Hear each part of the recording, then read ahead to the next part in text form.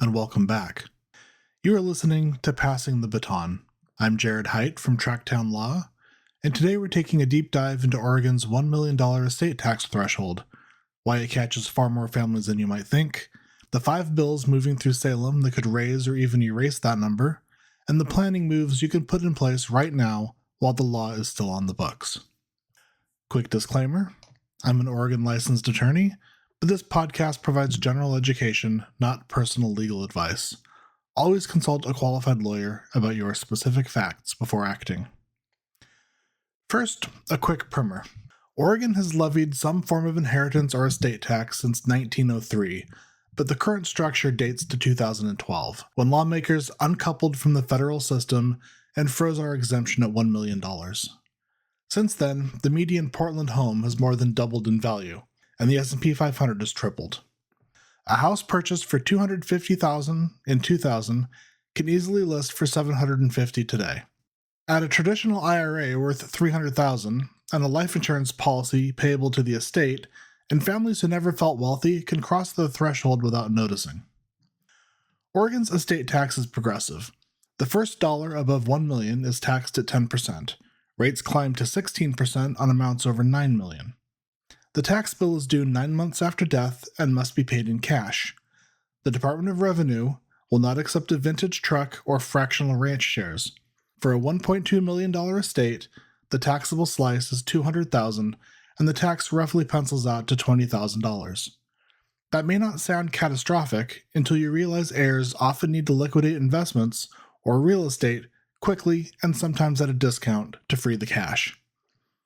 If the estate owns a single illiquid asset, say a timber parcel worth $1.3 million, the heirs may be forced to log or sell at the worst possible time just to pay the tax. Couples often assume the marital deduction solves everything because assets pass outright to the surviving spouse tax-free. It does postpone the tax, but unlike the federal system, Oregon offers no portability. If the first spouse's exemption isn't captured with a credit shelter trust, that $1 million shield evaporates. The survivor now owns the entire estate plus future appreciation, but still only has the $1 million of exemption. Inflation alone can push the survivor's net worth past the cap even if nothing new is acquired. That's the current landscape, but it could change. The 2025 legislature is debating 5 estate tax bills. Senate Bill 405 and its twin, Senate Bill 648, would tie Oregon's exemption to the federal basic exclusion amount, which is scheduled to fall to $13.61 million in 2026.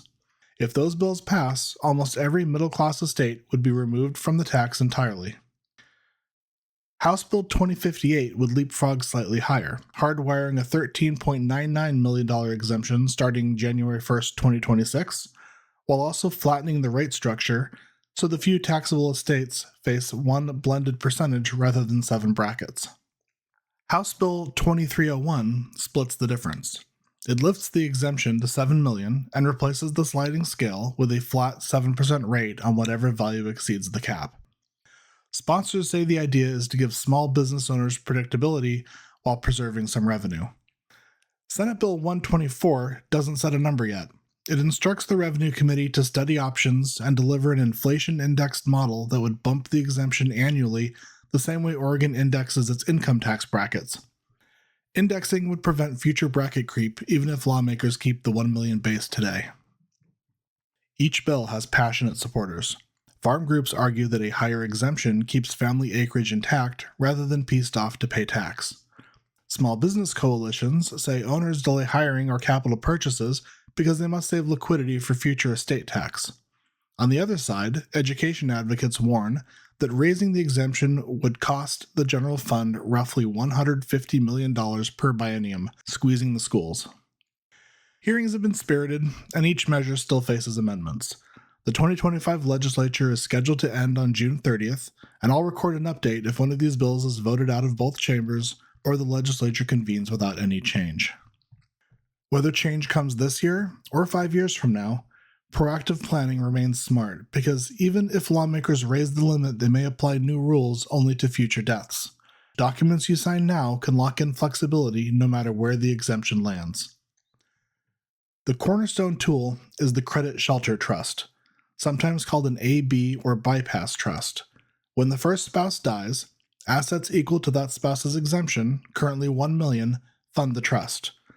The survivor can receive income for life, and, under a flexible health, education, maintenance, and support standard, can also access principal as needed. Future appreciation on those assets is forever outside both estates. The survivor keeps their own exemption, capturing $2 million of shelter even without portability. If the legislature later raises the exemption, the credit shelter language can be drafted to use whatever the state exemption is on the date of death, automatically taking full advantage of new limits. Life insurance ownership is another flashpoint. Policies you own are pulled into your taxable estate at full death benefit value. A $500,000 policy purchased to protect minor children can catapult a $900,000 estate over the line. Transferring ownership to an irrevocable life insurance trust removes the policy from taxation after a 3-year look-back. New policies bought by the trust skip the look-back entirely. Annual premiums can be covered using the $12,000 Oregon gift tax exclusion without dipping into lifetime exemption. Real estate needs careful titling. Oregon taxes non-residents on Oregon-sided property, but many other states do not reciprocate on property held in those states by Oregon residents. If you own Arizona Sunshine property, Arizona won't tax at death, but Oregon will. Placing the property into an LLC and systematically gifting minority units spreads value among heirs and freezes appreciation outside your estate while still letting you control management through voting units. Small business owners face special liquidity pressure. Oregon's natural resource credit can reduce estate tax by up to 15% if a farm, fishery, or timber holding passes to qualifying heirs who keep operations active for 5 years.